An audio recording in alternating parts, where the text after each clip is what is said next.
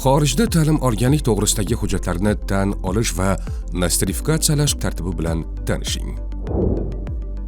Buning uchun my.gov.uz bosh sahifasidagi qidiruv satriga diplomni nostrifikatsiyalash kalit so'zini yozing.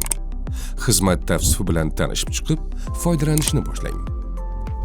Arizachi haqida so'ralgan ma'lumotlar sahifasida doimiy yashash hududingiz va tumanni aniq ko'rsatib, imtihonni qaysi tilda topshirmoqchi ekaningizni belgilang. Keyingi qadamda hujjat ma'lumotlarini, ya'ni ta'lim olgan mamlakatingiz va o'qigan muassasangizning to'liq nomi, mutaxassislik yoki yo'nalishingiz, ta'lim hujjatining seriyasi va raqami, o'qishga qabul qilingan va bitirgan yilingiz, hujjat berilgan sanalarni aniq kiriting.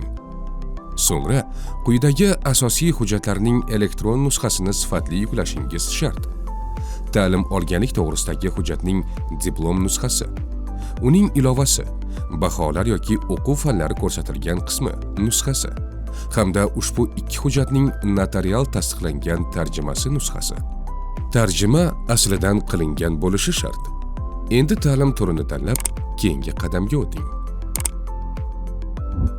Xatoliklarning oldini olish uchun barcha ma'lumotlarni yana bir bor ko'zdan kechiring. Biror noaniqlik bo'lsa, ortga qaytib tuzating. Hammasi to'g'ri bo'lsa, yuborish tugmasini bosib, jarayonni yakunlang.